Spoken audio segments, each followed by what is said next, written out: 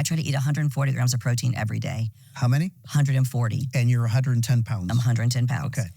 And by doing that, in the last 12 months, I've been able to put on only 1 pound of muscle. And I'm lifting 3 times a week. Right. I'm cardio. It's so hard as you get older because sarcopenia is happening, right? You're losing muscle. Right. And sarcopenia is muscle loss for you guys. Protein is really important because you need protein to repair your cells. And Adele Davis, a famous nutritionist, said, on the days we do not eat protein are the days we age.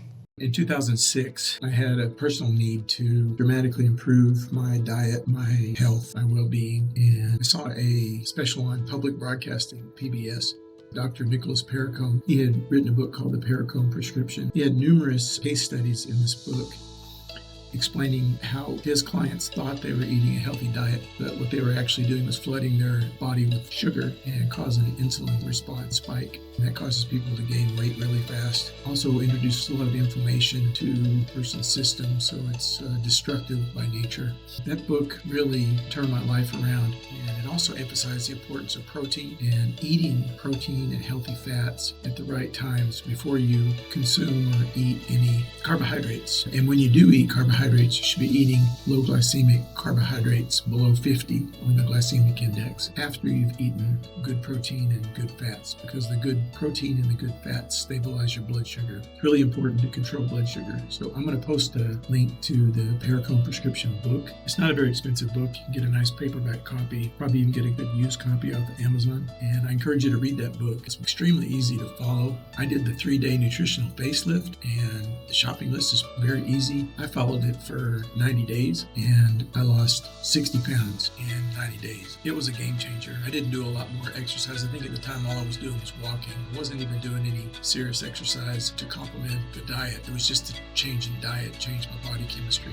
That's a game changer for me. I encourage you to check it out and put that book to the test. It worked for me. Protein is the cornerstone of physical existence. One of the analogies that I like to make is if I gave you how much attention would you pay to the owner's manual of that supercar?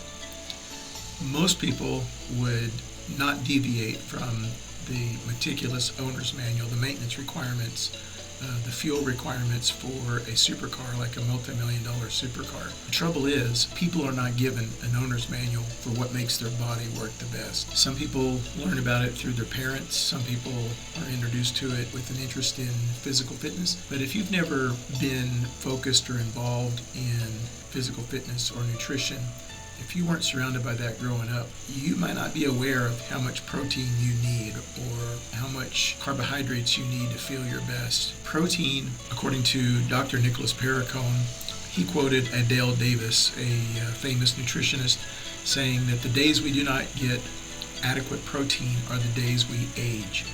Most people have no idea how much protein they need in order to adequately maintain their physical existence. It's a common known quantity in sports nutrition arena that people need about 1 gram of protein per pound of body weight. So if your ideal body weight, for example, is 110 pounds, you would need at least 110 pounds of protein per day. Like for myself, for example, my ideal weight's about 200 pounds. So I would need to take in at least 200 grams of protein per day. That's quite a bit of protein. That's 4 50-gram servings of protein per day. That's a lot. Most people don't realize they need that much protein. Many people may be getting half of the amount of protein or less, and that will cause a diminished amount of lean muscle mass on your body over time. Losing muscle mass is called sarcopenia, which happens faster as we get older. So if you're over 50, getting adequate amounts of protein to maintain your lean muscle mass over the age of 50 is even more important. You can maintain muscle mass over 50. I'm personally 54. I'm very strong, maybe not as strong as I was when I was in my 30s and 40s, but I'm still very strong compared to most of the people I see in the gym that are considerably younger than me. So if that's the case, could it possibly be that even the younger generation is unaware of how much protein they need or how many calories they need to be taking in order to be as strong as they could be and feel as good as they could feel? I hope this video has helped you. This is probably the most important video that will ever be featured on my channel That's the reason I chose to make it the first video that I publish. Thanks for watching. Please like and subscribe. We'll be diligent about bringing you more valuable content in the future. Have a great day.